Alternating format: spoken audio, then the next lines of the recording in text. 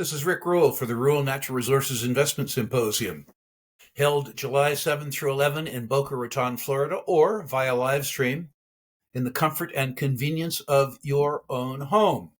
Those of you who have attended in the past know that over 4 days, we're going to give you over 50 hours of programming, more than you can possibly absorb.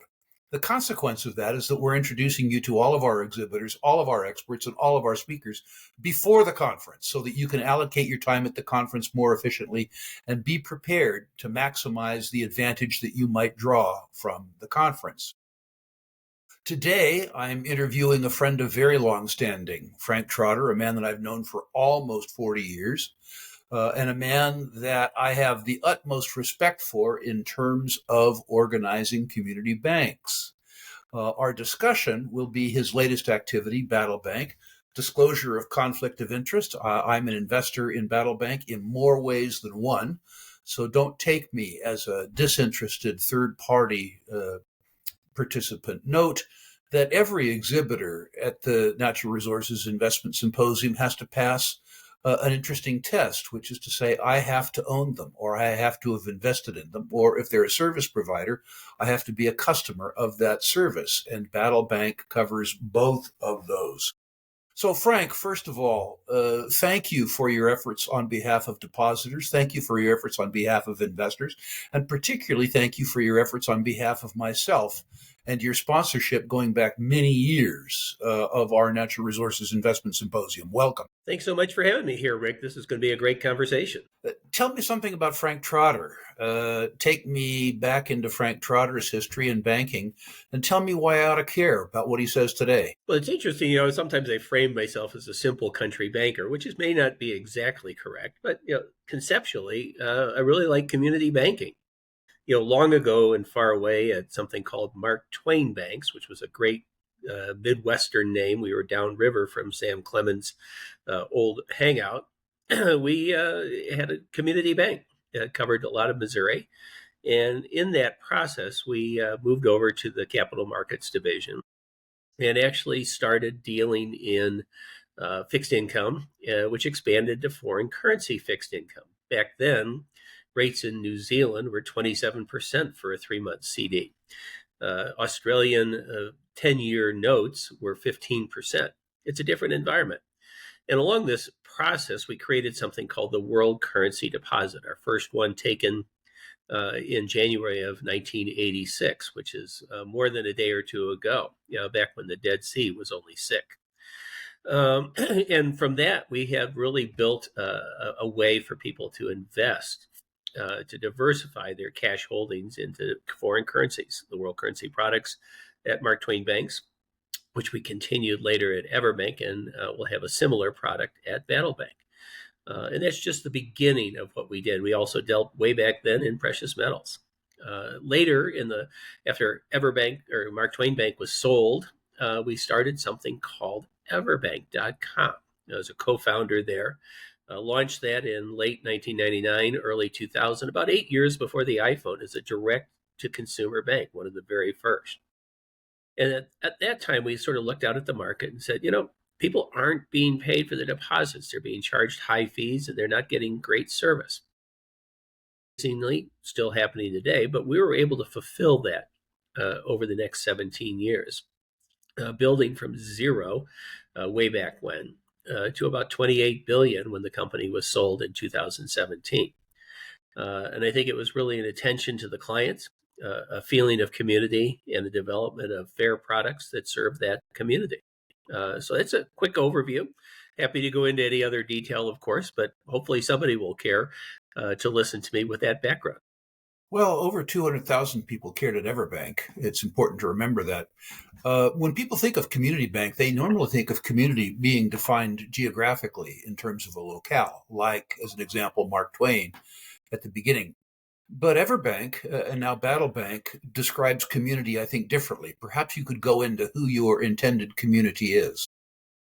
We really do think about community as non-geographically.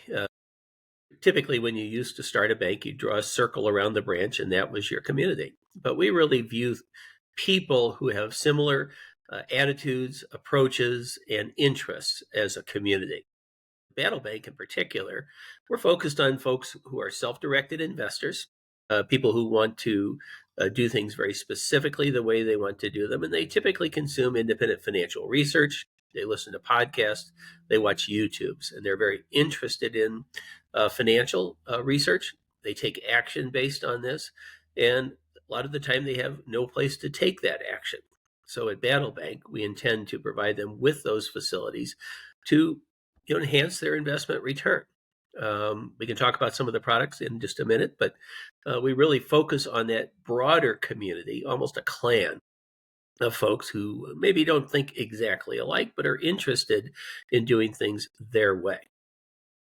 So if you could talk about that community numerically at Everbank and how you access them, and then talk about the backlog of potential community participants that you have at Battle Bank even before opening. So when we opened Everbank, we had exactly 0 people in the backlog, except people we knew and loved. We got a couple deposits from friends, and certainly all the team members opened that account. But it's interesting, that backlog. What we really did is we reached out through those newsletters, through later podcasts, through even later YouTubes, and talked to that community. We attended conferences, not unlike the conference that you sponsor, and meet those people, talk to them, understand what they need, and try to develop things that really help them achieve their goals. Ultimately, that's the best way we feel to reach that community. And here at Battle Bank, we actually have a wait list. People have been signing up for that wait list for over a couple of years. And we now have over 16,000 people who have signed up for that wait list. We hope you do too. Come there. We provide information on typically a monthly basis, or if there are any special news items. And we also ask questions. What do you want to do? How do you want to see the market? What would you like to see us do? And in fact, we even have a group that's reviewing our website, practicing our online account opening, looking at our online banking. We want feedback from our community, and we hope you become a member of that too. Just go to battlebank.com and join the waitlist. Now, Frank, before we get into the structure of Battle Bank, tell me something about the unique products. You've identified a community, newsletter subscribers, self-actualized investors, that type of thing. How do you propose to service them better than their existing bank? Or maybe put differently, how do you propose not to service them as poorly as their existing banks do? Well, I think you start out with the easy stuff. We're going to be paying a wonderful rate of interest. I think if you were opening today, probably about a 385 on full service checking. Some people think of that as a high yield money market account where you really can't do much of anything but pull money in and out. But we really think that you should be able to have your savings and your checking in one place at a high rate and a low fee basis. That's an easy beginning. 2, we'll be providing precious metals services. You could buy, sell, store, or have delivered precious metals, gold, silver, platinum, and palladium, directly to your doorstep, or we'll take care of it and store it for you in our very secure facilities. Another thing is allow you to be diversifying into foreign currencies as a portion of your cash portfolio. About 18 different currencies. You want to have an exposure to the aforementioned New Zealand dollar, perhaps Chinese renminbi, the euro, really pretty much any of the major currencies around the world. That's a great diversifying asset. And along with market index CDs, which are principal protected, but have a theme. Perhaps it's commodities, perhaps it's something else where you have a proportion of that return. And then finally, on the retirement side, we think your retirement account should be your retirement account. Now, if you go to one of the big financial supermarkets, Schwab, Fidelity, Vanguard, you're going to get mutual funds, bonds, stocks, pretty, not too many choices. I mean, there are a lot of mutual funds, but still, it's pretty standardized. If you want to invest in income producing properties, if you want to have private equity, if you want to have any other eligible investment in your IRA or your solo 401k, we feel you should be able to do that and direct it yourself. And we'll be offering that sort of product. And then finally, if you want to borrow against your precious metals, most of us don't want to release our precious metals and sell them in the market if we have a use for the cash. So we've set up a way to borrow against your precious metals. If you want to put a deck on the back of the house, you want to make another investment, you want to allocate some of that money somewhere else, but still hold your precious metals. And we're really looking forward to being able to do that and provide that liquidity to customers. So that's a short list of what we'll be doing, and I'm sure that'll expand over time. Frank, I've been talking about Battle Bank to my own customer base for a very long time, and people increasingly are emailing me saying, "No, when, whether." Some important news is occurring this week. Can you share that with our audience? I would be delighted to. And, it seemed like forming a community bank like this would be a easy deal, but, anything in the regulatory world these days is taking a little bit longer. But we're excited to announce a couple of things. One, we have agreed to purchase a national bank, Stearns Bank of Uppsala, NA. It's going to be a great transaction. We're going to serve the Uppsala, Minnesota community, and we'll also be able to launch our national banking platform based on that. In conjunction with that, we have filed our application with the Federal Reserve to become a bank holding company when that transaction occurs. That application is now well underway. We've received an affirmative acceptance of that application, and now they're in the process of what they call processing it, taking a look at making sure all the T's are crossed and the I's are dotted. With that, and you can't predict precisely when the regulators will get back to you ultimately, but we're thinking a late spring, early summer opening of Battle Bank. And we're very excited about that. We've been building all the systems for the last couple of years, and we're excited to let customers use them. I suspect, Frank, given your success with Everbank and given the incredible backlog that you enjoy, that Battle Bank, when it opens, should open with a bang. We've talked about the fact that Battle Bank will be an old-fashioned bank, meaning it'll have money in it, and that requires some money. There is a financing in place, underwritten by a couple people, myself included. Perhaps you could describe that opportunity for people if they cared. Absolutely. And you can go to battlebank.com/invest to see all the great details and read the offering memorandum. But this is an offering for accredited investors.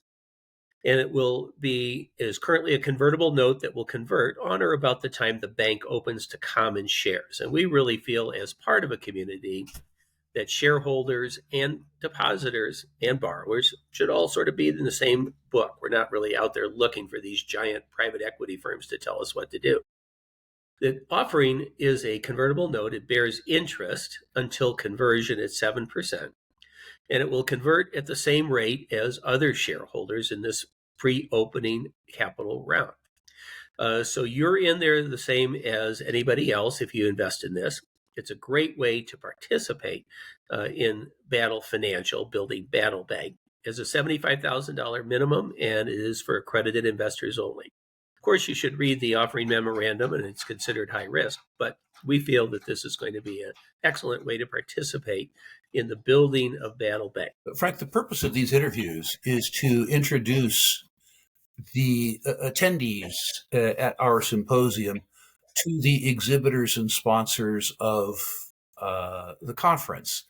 To the extent that people listening today are interested in investing in Battle Bank, depositing in Battle Bank, or borrowing against their precious metals, and I suggest that thousands of them are, who do they contact and how do they reach that person? Very straightforward. I mentioned battlebank.com. There's a place for the waitlist. There's a place to invest. And you can email us at info, at battlebank.com. That comes to a number of our desktops, myself, Jason Coots, our CMO, Melissa Larkin, our CFO. And if you have a question, if you have an information element that you'd like to hear about, we'll get back to you. We're very responsive in that sense, and we're looking forward to having you as a waitlist member, as an investor, and of course, as a client. It's the best possible answer. When the CEO says, contact me, the buck stops at the top. Frank, thank you for years of service on behalf of depositors and borrowers, myself included. Thank you for service to banking shareholders, and thank you in particular for your sponsorship of the Natural Resources Investment Symposium. It'll be a pleasure to host you in Boca Raton. Thank you so much for having me here, Rick. And of course, thank you for your participation in Battle Bank.